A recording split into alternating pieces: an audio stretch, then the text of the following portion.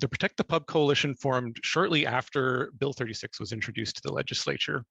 We're a nonpartisan coalition that has concerns about this bill's impact on the independence of the Public Utilities Board's process for approving electricity rate increases, the way the bill could needlessly push electricity prices higher, its impact on the transparency of the rate setting process, and how it censors the Public Utilities Board, and the way it opens up the possibility for the private retail sale of electricity.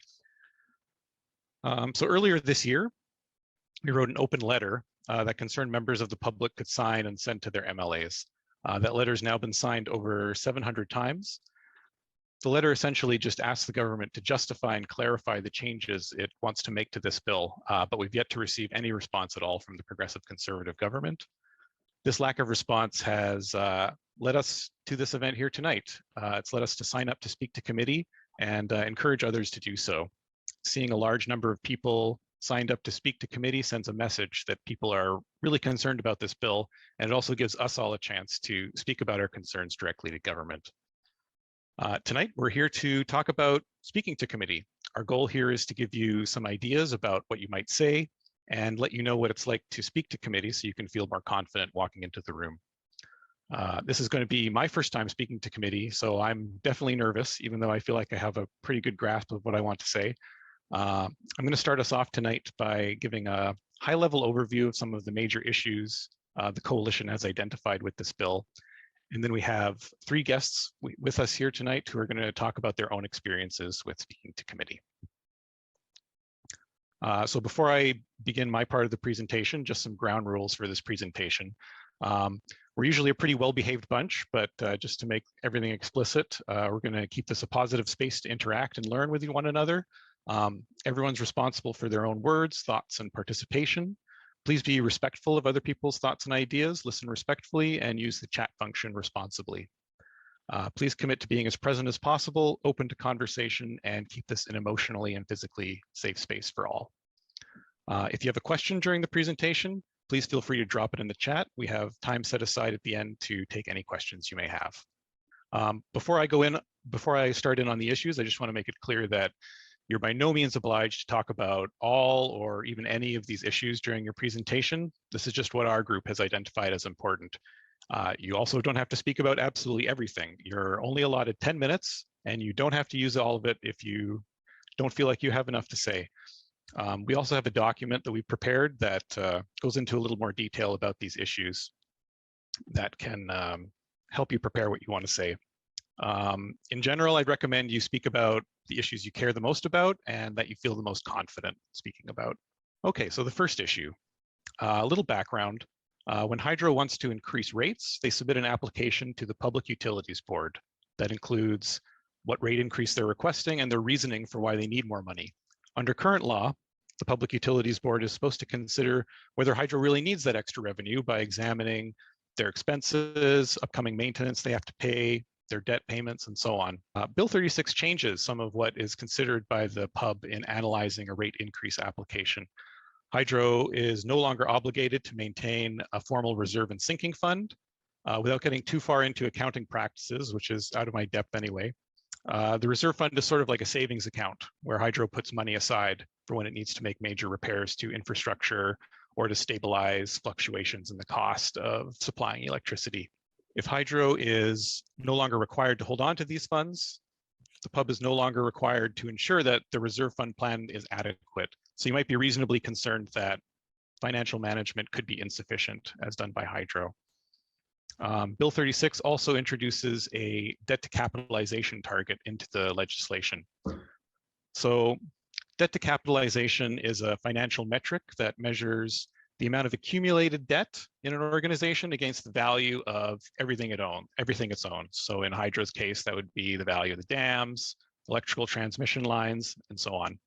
The pub will still be able to question Hydro's financial assumptions and their accounting and their predictions, but ultimately, the pub will be required to allow whatever rate increases are required to meet that financial target. They have to just take it as it is. This reduces the independence of the pub because they're constrained from looking at the full picture of Hydro's financial situation. I'll have a little bit more to say about that in a moment. Bill 36 also gives the government new powers to regulate natural gas prices. Currently, Centrigas is not allowed to make a profit on the sale of natural gas in the province. Similar to electricity, when it wants to increase the price of natural gas, it makes an application to the pub and has to demonstrate that the costs are going up. Bill 36 doesn't really specify how this process for natural gas is going to change, but it does give the government new powers to create some kind of regulatory process that works in whatever they would like. Regulatory processes are not the same as legislation. They don't have a built-in period for public review and discussion, so it's much easier to create new regulations than it is to create new legislation. Theoretically, new regulations could allow Centrigas to take a profit on the sale of natural gas, or just allow the government to directly approve natural gas rates without always having to be reviewed by the pub. Okay, so let's talk a little bit more about everyone's favorite topic, finance and accounting. The schedule of debt reduction targets that Bill 36 presents is quite aggressive. The Manitoba branch of the Consumers Association of Canada estimated that this would require something like $5 or $6 billion in extra revenue to meet. This creates a situation where if hydro were to encounter a few years of severe drought, like we've seen recently between now and 2040, they could be in a situation where it's virtually impossible to meet these targets without many years of successive high rate increases.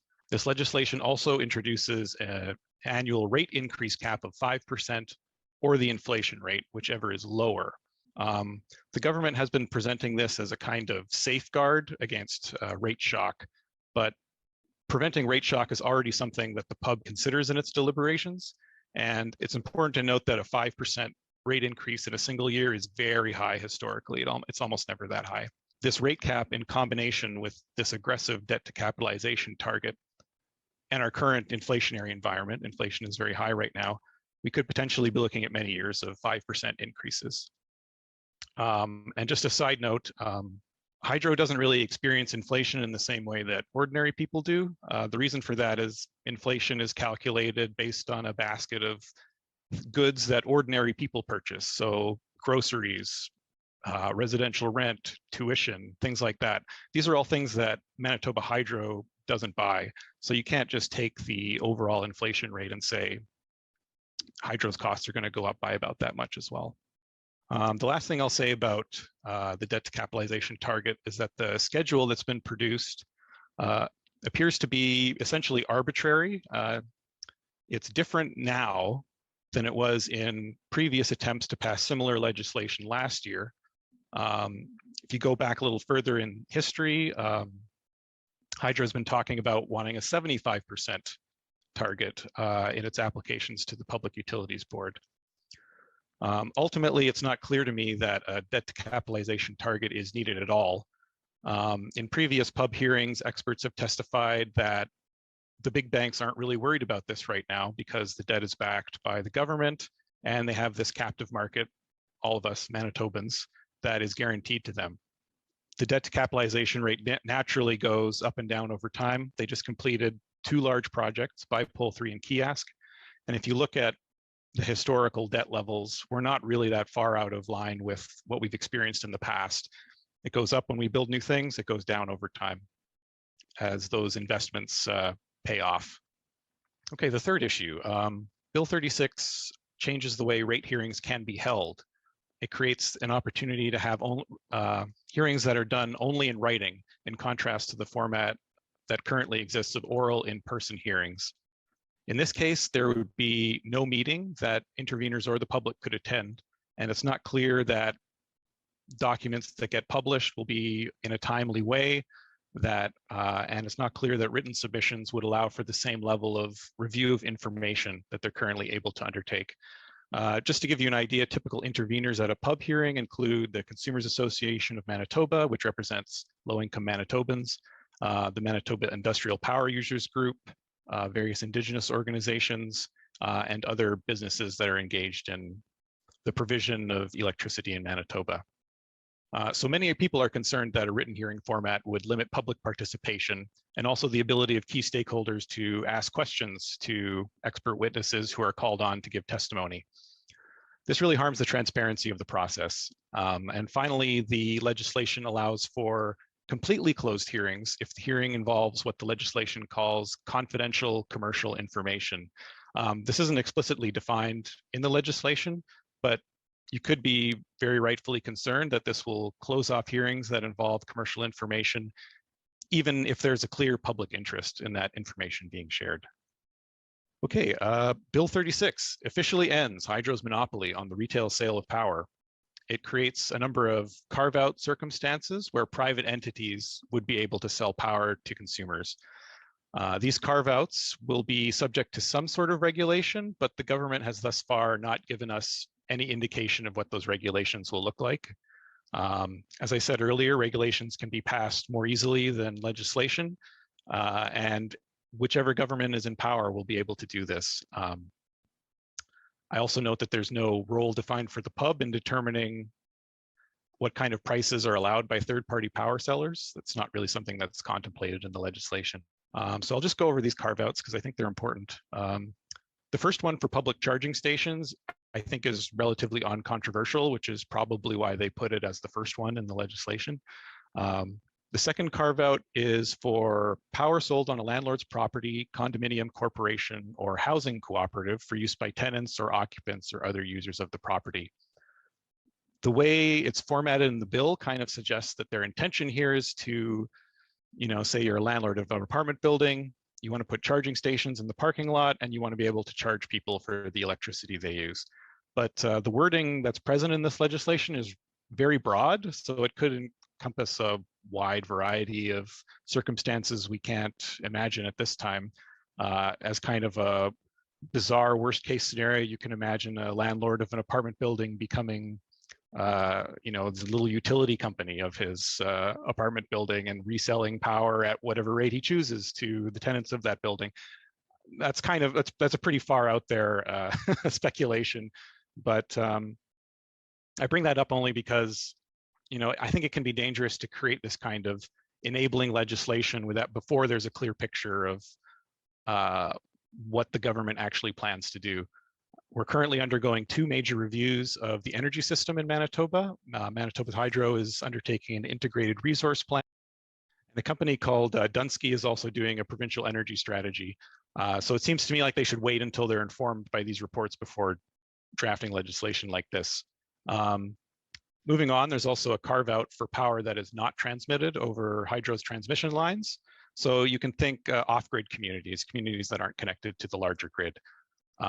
Most of these communities are Indigenous communities, and the Assembly of Manitoba Chiefs has criticized this bill back in May because they were not consulted in its drafting and are directly impacted by the change. The final carve-out is for power generated from a clean, renewable source of energy or for research or experimental purposes. The main thing I flag from that is that there's really no universally accepted definition of what a clean, renewable source of energy is. So it's hard to picture what will be allowed here, what the consequences could be, and what kind of circumstances it could lead to. Bill 36 also introduces new rules that require Manitoba Hydro to undergo a review by the pub for a new category of hydroelectric generation and transmission projects that are classified as major new facilities. The criteria for defining a major new facility, though, is not consistent with existing legislation around environmental review, which has a significantly lower threshold than for the highest level of environmental review. The basis for these new thresholds is not clear. They appear to be kind of arbitrary. And this means that some hydroelectric projects will require the highest level of environmental review, but won't require a review by the Utilities Board. This will reduce the amount of information available to the public and decision makers about the potential impacts of proposed hydroelectric projects. There's also a concern that these new thresholds may signal a change in government policy towards less environmental review of new electric transmission and generation projects if these get carried forward into the future in other pieces of legislation. So this final issue is one of the most troubling to me.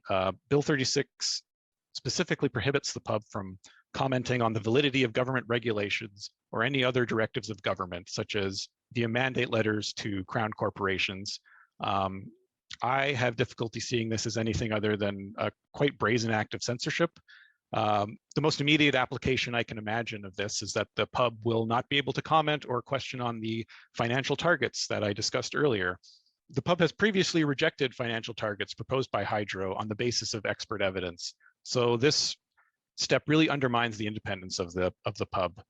In the past, the pub has made a lot of valuable contributions to government policy that has led to change, such as the recommendation that Manitoba Hydro be obligated to develop an integrated resource plan, that the PowerSmart program run by Hydro be moved to a new Crown corporation, which later became Efficiency Manitoba, and also that Efficiency Manitoba be allowed to participate in the creation of Hydro's integrated resource plan. Okay, so that's the end of my bit. I hope you all found it interesting and helpful. We've also created a document that goes into a little more detail on the points I've outlined here and contains suggestions for what you might say about these issues at your presentation. I'll pop that in the chat in a moment, and it'll be posted to our website. Now the part of the evening I'm most excited about, we're going to hear from a few speakers who have spoken to committee before. Thanks to all of you for taking the time out of this evening to share your experiences with us. I'll just stop sharing my screen. Okay, so first up we have Michelle. Michelle, I'll pass it over to you. Can you tell us a little bit about what you spoke to committee about and what the experience was like? Hello. Okay, Hi. yeah, I see head nods. That's amazing. Hi, I am Michelle. So I have had the honor of, well, and the nerve-wracking, exciting experience of speaking to a small handful of committees about the Bill 64 Education Act, one about the adult literacy programming that ended up being gotten rid of for some reason, and speaking about two committee members about certain bills that end up negatively impacting more impoverished areas and people who live in them. I think for myself, when it comes to speaking to committee, obviously, I think we all feel this. Public speaking isn't for everybody. I'm even a little bit nervous doing this here right now. So one of the things that honestly changed my entire experience from the get-go was the call to the clerk. First and foremost, they are the people who you give a call to. You say, hey, these are the bills that I would like to speak to. It's the clerks that really set you up for success. You get the opportunity to call them. If you have questions about bills, you can kind of pick their brains for any information that might be unclear to you. And basically you just say, hey, these are the things that I'm concerned about. I would like to speak. They're so kind, they're so loving. They're very interested in having people participate in this process. And I think that is probably one of the nicest opening gates about participating and standing up there and speaking to your government is having the people right there saying, yeah, let's do it, let's sign you up. I think the next part that's really exciting for me when it comes to speaking is honestly all the time, even the seconds leading up to it, because it's kind of terrifying, right? Like speaking to people, but it's also very exciting because we're very lucky to be one of very few provinces in all of Canada that gets to speak directly to our representatives. And it should, in my opinion, be everywhere, but it feels meaningful and empowering to know that the words that you're saying are going to be said to the right people. Even though it's really terrifying to speak to people, all the powers that be, something that has genuinely helped me in these cases has been putting on something nice, a nice pair of pants or a nice shirt or something that just makes you feel comfy and, get your friends to gas you up before you go out there. You have full support from people who are signed up with you. And that I found was really helpful to keep my nerves from freaking out. Um, I think probably the best part of it all is like actually getting to express all of that, like, you complain to your friends, we come together and we're like, dang, this sucks. We don't like the way that these bills might change everything.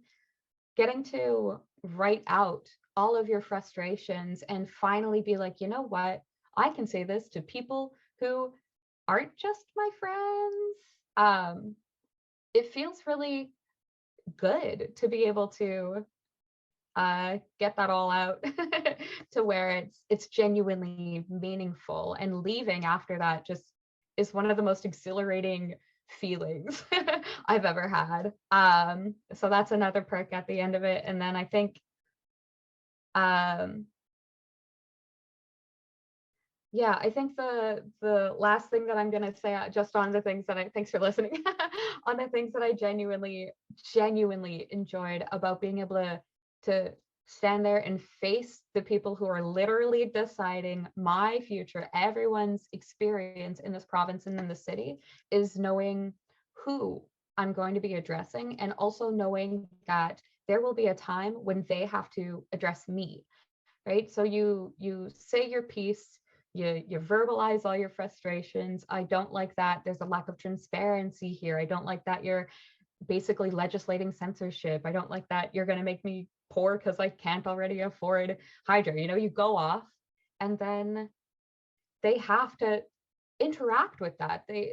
From opposition and from in-house government, they need to ask you questions, clarify, and at least acknowledge that they've heard what it is that you've said, and you get the opportunity to respond to any questions or any comments. One of my favorite things that I got to comment on was with the education thing, the abolishment of adult literacy, I guess. I can't remember who it is. Some bald guy with a round head.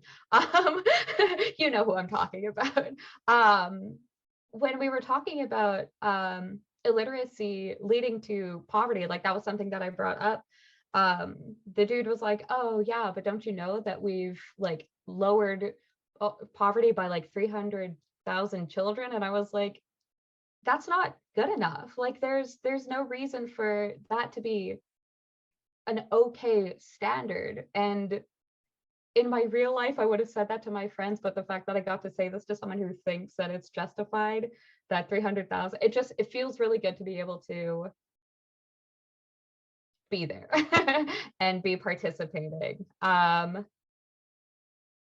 Yeah, other than all those fun things, I think it's just a great opportunity to be a Winnipegger, be a Manitoban, and stick your feet in the ground for the things that you believe in. Yeah, that's it. That's all the things I love about committees. That was great, Michelle. Thank you so much. Very inspiring. I just feel like it's so much more accessible for me to go do now. Okay, so next up we have Patrick Faulkner. He's recently retired and served over 20 years as the managing director of the Project Group, a Winnipeg-based boutique social policy consulting firm. His work over the last decade focused on policy advocacy and change management. His major advocacy and change projects have included working to design and secure the passage of the landmark Accessibility for Manitobans Act, the design and launch of the Disability Matter Vote campaign started in 2016, the comprehensive restructuring of Manitoba Child and Welfare System, the development of the Manitoba Métis policy, and the Fair Trade Manitoba initiative. Patrick's practice also includes strategic planning and large group facilitation, through which he worked with the Premier's Economic Advisory Council, the Premier's Advisory Council on Education, Poverty and Citizenship, the Provincial Departments of Health and Family Services, the Public Interest Law Centre, and Seed Winnipeg. Patrick has lived in Europe, Africa, and South America, and has previously worked as a semi-professional hockey player and coach, chicken farmer, and emergency ward orderly. He holds a Bachelor of Arts in History from the University of Winnipeg and a Master's of Public Administration from the University of Manitoba. So thanks for being here, Patrick. I'm looking forward to hear about your experiences presenting to committee. Well, thank you, Alex. Yikes, I think I wrote that myself, so I can't credit you for those wonderful words. So I was a member of a small team that made numerous presentations as part of mostly Communities Not Cuts campaign regarding the 19 mystery bills. And so as part of that, Sean and I and Michelle made numerous presentations to standing committees. I think I want to say that both Michelle and Sean did a superb job, I thought, and I'm more of a writer and less of a speaker. I do want to say that I think of when I hear what Michelle said, it makes me think of the Saturday Night Live skit. I don't know if you know this skit regarding the alien abductions, and you have people who've had this very positive experience, and they go on and on about how it's like, you know, you saw God, and then you have this two other people who are like had a terrible experience, and so there's a bit of a yin yang here about, you know, how positive was the experience, and I think I'll probably present a bit of a counterpoint to Michelle's views, and perhaps Sean will come down through the middle or either agree or disagree with us. There are some great resources. I think they've already been shared, but there's an hour-long YouTube video by Rob Altemeyer that kind of describes the sort of context of the standing committees, which I think is very, very helpful. There's also a virtual committees presenter's guide that I think is also helpful to look at. With that said, I have, I think, 6 tips.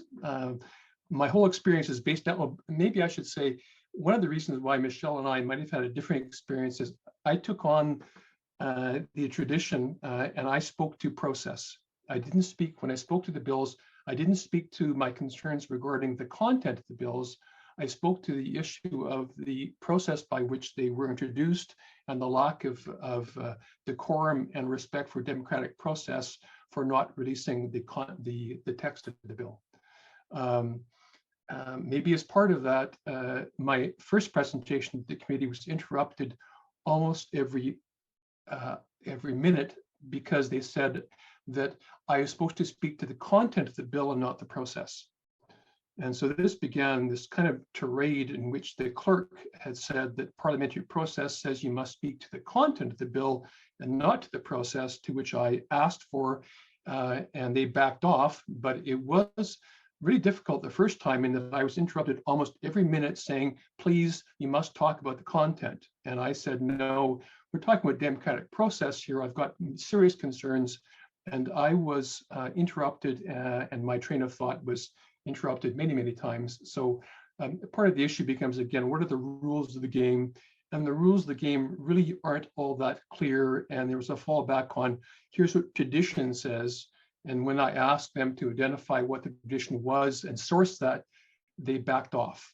But the clerks here have a lot of control. They give the information and advice to the chair people who are MLAs as to how to be able to chair a meeting. And while the clerks can be very friendly and helpful, if you cross them, they can be less helpful. So again, it's kind of that Saturday Night Live sketch of either fantastic, kind of almost a godlike experience versus kind of feeling like perhaps you've been put through the ringer. So with that said, let me give you my six tips for effective presentations to the standing committee. 1, be organized. You got 10 minutes. 10 minutes, well, it sounds like a lot of time, really is not very much time. So you got to think about what the most important things you want to say are. I think it's probably important to stay on topic. The KISS principle, I think, is helpful. Tell them what you're going to say. Expand upon those points. And then in summary, tell them what you just said. 10 minutes is not much time. And frankly, it goes by very, very quickly. So be organized. Tip number 1. Tip number 2, be authentic and be polite. May I say one of the most enjoyable experiences I had was seeing Michelle at her first meeting, where she came across as being not some kind of political animal. She wasn't some person who was waxing poetic or philosophic. She was expressing really strong feelings about her sense of what she was speaking about. And I think that was the most effective way of actually, I think these politicians are used to going through a process of debate with political colleagues and on and on and on. And having a human person talking from the heart and not talking from some kind of theoretical construct, I found was really, really powerful. There is a sense of decorum. So, the issue of using strong words need to be concerned about in terms of how you express yourself, but it is a very polite situation. I certainly didn't see any words of discord or any words of disrespect ever expressed. So be authentic, but recognize it's also, you need to be polite in this process. Number 3, be prepared for a stilted environment, especially if you're doing Zoom calls. There is almost no feedback in terms of you don't see any mouse's face, you don't see what they're thinking, you don't see what they're doing. They could be nodding off and reading novels or talking to each other. You have no idea what they're doing, and it's so different than presenting in public. I understand that we don't know whether there'll be Zoom virtual meetings or in-person meetings, but it is really hard talking to yourself. I see your faces. I don't see too many people clapping or smiling that much, but clearly it's nice to see an audience. And in this process, you don't see your audience. And I found that very difficult. I like to sort of feed off of people and respond to what I'm seeing in terms of emotion and interest. And you just don't see any of that. And it's a fairly stilted environment. The clerk has to acknowledge you before you speak each time. So it's like, okay, Patrick Faulkner, will you please provide your comments? And then a question's asked. And each time they have to recognize you before you speak. So it's a pretty stilted environment. It's not free flowing and fun. It's pretty much you're there by yourself. It's pretty isolated. And there's lots of kind of interruptions with someone saying, no, you can't answer the question until I've recognized you. So it's be prepared for a stilted environment. Number 4, tip number 4, be clear about what you're asking for. Are you asking for the act or the proposed act to be amended, or are you asking for it to be tossed and withdrawn? Those are very different things. You can say, here are all my concerns, but in the end of the day, what are you asking for them to do? And to be clear about that, I think is very helpful. So it's not a matter of them guessing what you want, but you saying, here's what I'm recommending or asking for you to do. Lucky number 5, manage your expectations. This is called by Calvin Gertson, called this a great sacred thing that Manitoba has in terms of being able to speak to bills between second and third reading. In reality, while it provides an opportunity to speak, there is very little that happens at these committee meetings that results in substantial change. The government of the day chairs, they select the chair for the meeting.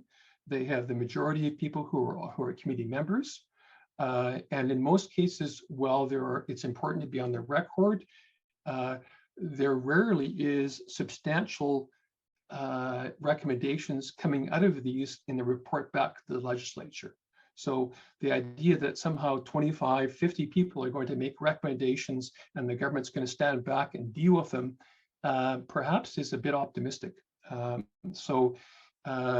Things can happen, but I looked at, I had a report card. They had 7 meetings, 28 bills considered, 92 public presentations, 13 written submissions, 24 hours of proceedings with 0 proposed amendments, and the number of changes to bills recommended 0.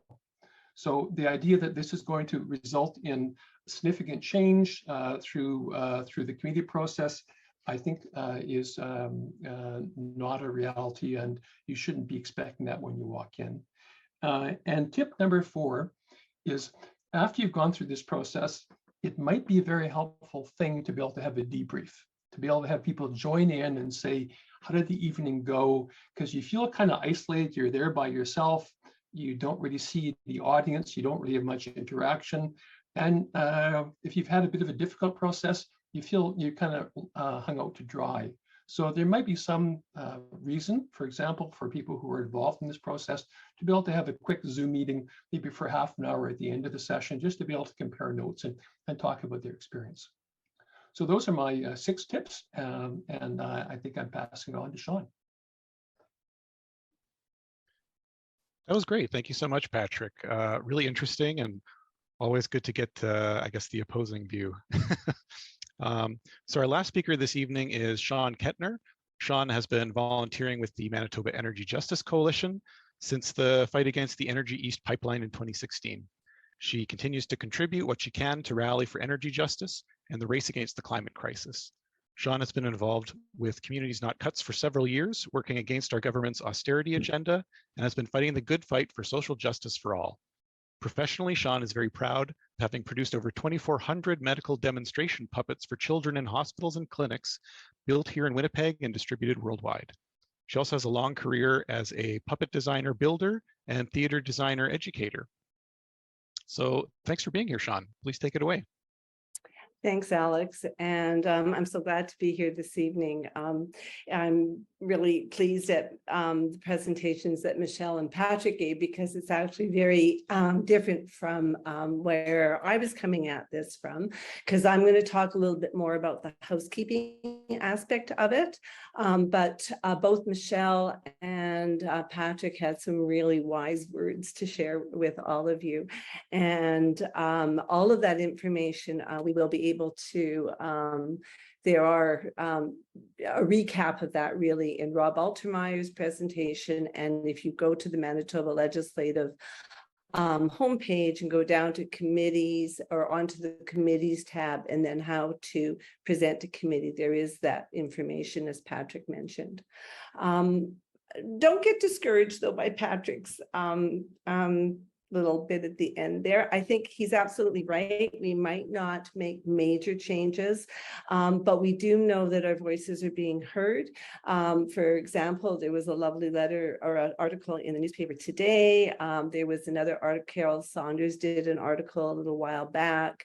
They're recognizing the fact that there are a number of people that have signed up. We know that when Bill 64 had many people sign up, that affected what happened with that bill. And we believe that that will happen with the Public Utility Board Amendments Act. So, so just a little bit more about housekeeping things. And Patrick did touch on this a little bit. The idea of being prepared is really important. And also about being yourself and speaking from the heart, which is what Michelle was all about. And I was probably a mix of the two.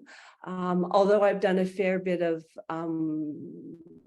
activism and opportunities to speak publicly, I hadn't really done anything like speaking to a committee before. And I have to say, I was also extremely nervous, and being prepared was really, really important.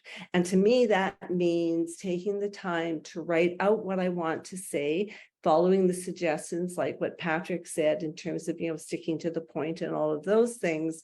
But the physical writing it out or printing it off your computer, because you've got to look at your screen. So unless you've got two screens, and even if you have two screens, you want, even though you're on the computer and you're looking and you can't see anybody, you want to look at the camera so that they get the feeling that you're looking at them. So if I'm over here looking at my other screen, I'm in trouble. But if I have my cheat sheets in front of me on my piece of paper and I've got them double spaced, and I can follow along with a pen or my finger or something so I don't get lost in my speech, then I'm able to just sort of glance down, remember where I need to be, and make sure that I don't miss any of the important things as I go through my list. So print it out, make the font nice and big and bold, easy to see while you're trying to look at the screen and make contact with those people. Breathe, go slow. They haven't heard what you need to say, what you want them to hear. It's coming to them for the first time. And when we speak very quickly and we get very excited, which we will because of the adrenaline, it's hard for people to follow along. And they've heard lots of speeches. So if you go slow, they're more likely to stay tuned into your words. If you speed up, they're going to just start thinking about their grocery list or what they need to do when they get home that night. So take your time, go slow, breathe, pen in hand, water close by so that if you get a tickle in your throat, you're good to go. Those are things that we're going, oh, I haven't done this before. make sure you take care of yourself. So you've got your physical needs addressed so that you're able to focus and make contact with those people. If for some reason this does happen on Zoom, which it probably will, if you miss your slot for some reason, your name gets put to the bottom of the list and you will get called again. So you have a second chance. So just because if you have an 8-10 slot and something happens and you miss it, you will have another opportunity. And if for some reason you can't attend or you're not feeling well that night, you can email in your submission. So whatever you've decided that you want to, write up, you can email it in, and that email address is on the legislative page. It's just committees@leg.gov.mb.ga, but that's also a very easy thing to do. And I'm not sure there is much more that I need to add, and I do want to leave time for question and answers because I'm sure there are some that people have come up with as we've gone through tonight, and I hope this has been helpful, and I hope people will consider this, because even if we aren't going to change the big picture, it's important that we as community members speak up, speak from the heart, let them know that we care, because if we don't, then they're just going to do whatever the hell they damn well want to. And then if we want to follow up, if they do go ahead and do something stupid, then we can kind of have something to go back to and say, well, you weren't listening to us. And we can kind of, continue on with the campaign. But I think it's really important that we take advantage of this, special opportunity here in Manitoba to have our voices heard. So I think, Alex, I'm going to turn it back to you, and I think then it's going over to Heather. Yeah, thank you so much, John. That was really helpful. I love the practical advice. I wish I'd had it at the beginning of this session so I could have integrated it into my own portion. At any rate, we do have some time for some questions. Our Q&A is going to be moderated by Heather Fast. Please take it away, Heather. Hello, everyone. So as Alex said earlier in the presentation, if you have any questions, please put them in the chat and I will get to them. Since it will also be my first time presenting to committee, even though I've done lots of public speaking myself, it's a good thing I have lots of my own questions to ask our wonderful presenters. So my first question, which I'm sure many people are nervous about and potentially worried about, is what have you done, or what would you do if you were asked a question that you didn't know the answer to? I don't know if anyone wants to start off with that one. Patrick?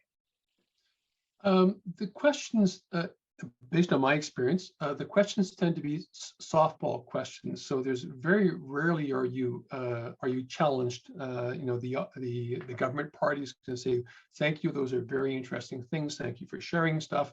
They're usually softball questions, and best if you don't know something to admit and just to say that I don't know that.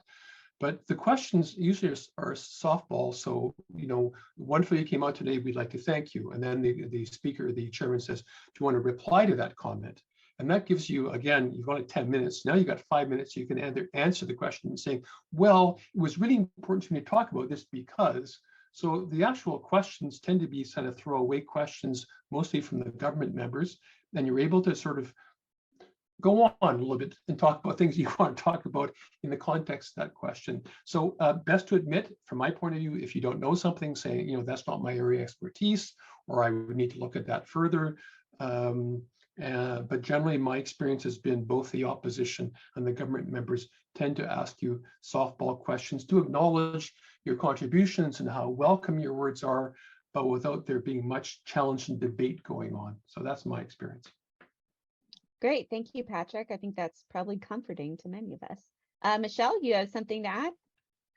Yeah, I was going to say, I definitely agree 100%. If you don't know, it's totally okay. You are standing there having a conversation about the things that you care about.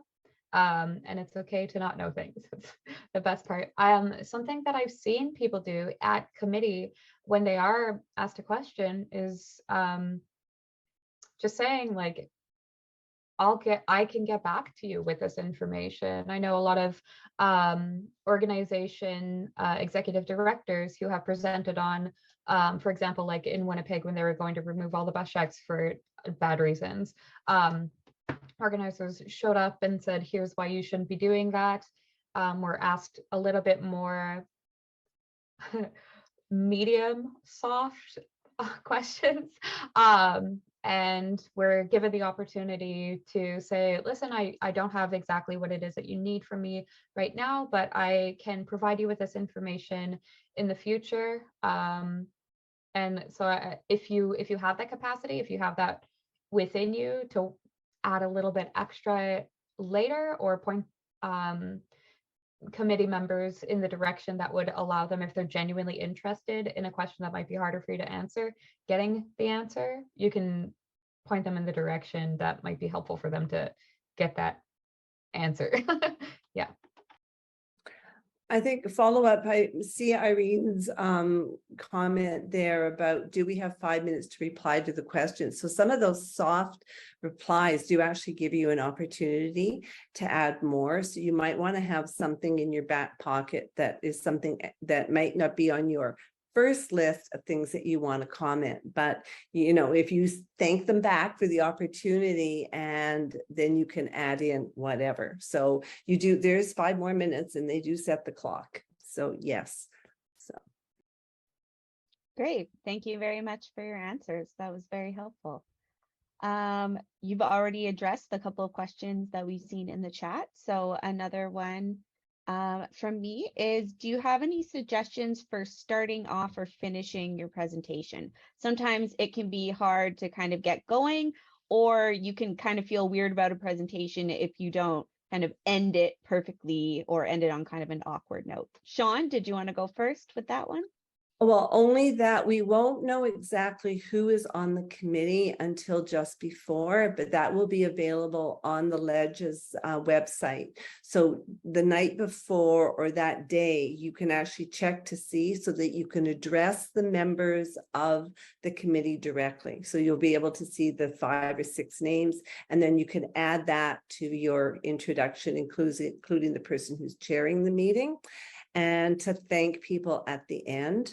But I think maybe I'm going to pass this back to Patrick, because you talked about being very clear. Maybe you could just repeat that beginning thing that you said, which was, I think, the KISS thing, or maybe you had a point right before that.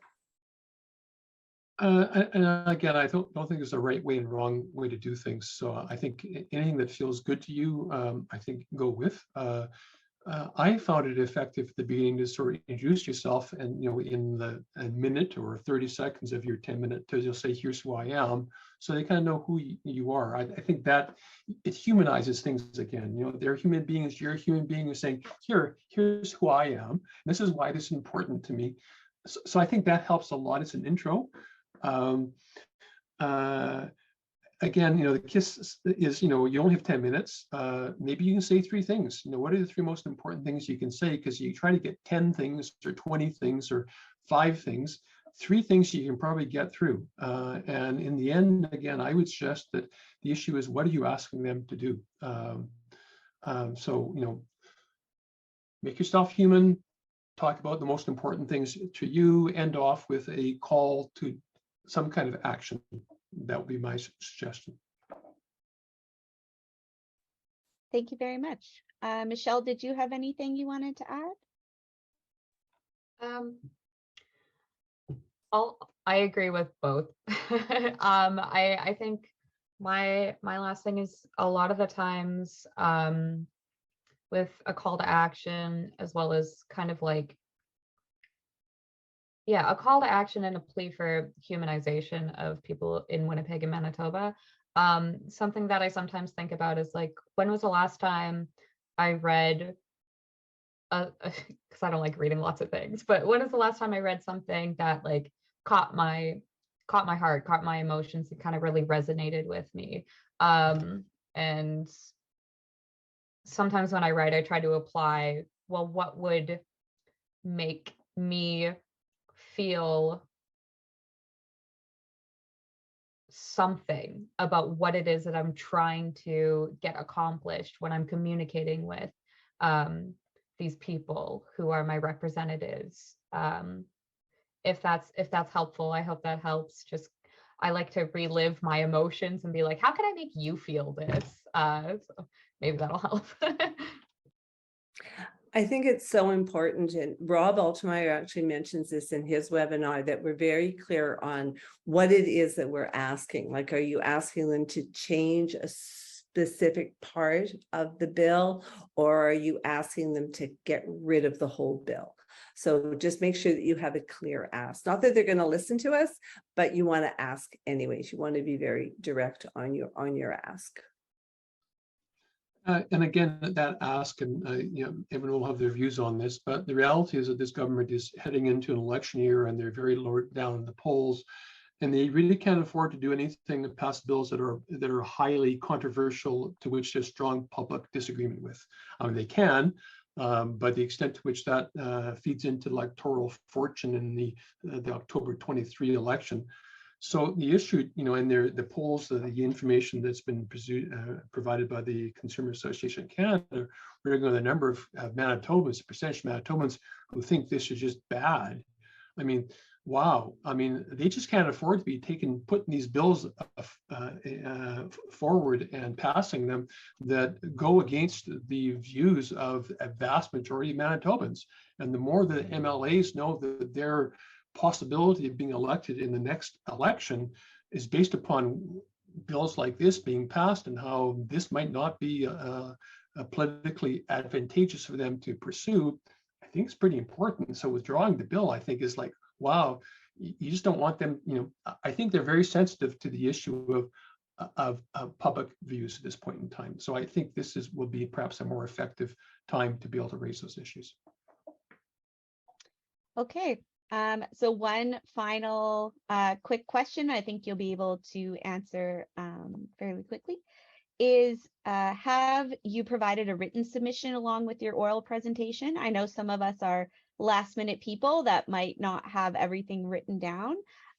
If you did provide a written submission, did you think it was helpful? Did you think it helped the committee members understand what you were saying better? And what would you kind of recommend in terms of providing one or not?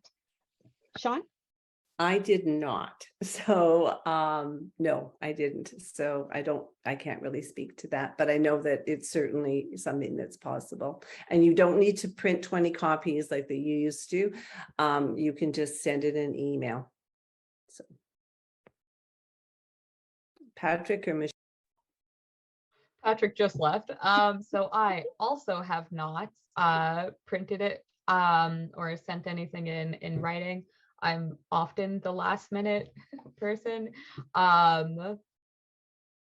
know people have done it and it's worked out generally well for them in terms of them getting their point to the people directly. But I don't know personally. How about you, Patrick? Well, I had some fun because I thought, why not have some fun? And I created props for each of my presentations. I created a prop, including this lovely hat shade that they were given the template for, which says "Democracy dies in darkness" and has various slogans upon it. And so each of the presentations, I had a different prop that I gave to committee members. And as you can see, it's very debonair. It makes you look great. And with summer coming, it was a great time to be able to protect yourself from the damage of the sun. Whether that was effective or not, I have no idea, but at least it was kind of fun. And at least part of this process is to have fun. I also made different sizes. I have one for a dog as well, for a very small animal. So just saying, the props I thought was a fun way of trying to encourage them to sort of see how that is good. And I still got these. So in case you're wanting one, I can distribute the template for this lovely hat. Sean, did you want to add anything? You were unmuted there for a second. No, only that I'd forgotten that Patrick had made them and they really were spectacular. So yeah, so I don't know if you can highlight Patrick for a second so you can see. Oh, it's going. Oh, he's leaving. He's going to get his other ones. So just yeah. And the fact that he distributed them to the members. Can we highlight Patrick again so he's on full screen, just so that we can see his work in full view? I don't know if that's possible. Oh, there he is. There we go. So, oh, no, you're muted. Patrick, you're on mute, my friend. So there are various sizes, including the mini version, which is myself, which is good for a pet. Again, you want to be concerned about sun exposure of your pets. So anyway, I'm not sure those. I had fun with it, but I have no idea whether it was seemed to be effective or whether it's like, oh my God, it's that guy again. So I don't know. Well, thank you very much for your answers. I think what we've heard is you can be very effective without a written submission, and you can also have a lot of fun with it if you want to. So lots of options, and I think the overall message is to do what feels right to you and what resonates to you. So I'll hand that back over to Alex for a couple final words, and I think we're done. Thank you so much, Heather, and all our presenters. That was really engaging and fun. Thank you all for making the time tonight. So we're a little past the close of the hour now, so I just want to say thank you all for being here. If you want to refer back to this presentation later, it's our intention to upload it to YouTube in the near future. And we'll also be posting all the other materials related to this presentation at protectpub.ca within the next few days. So thanks again to all of you for coming, and have a great evening.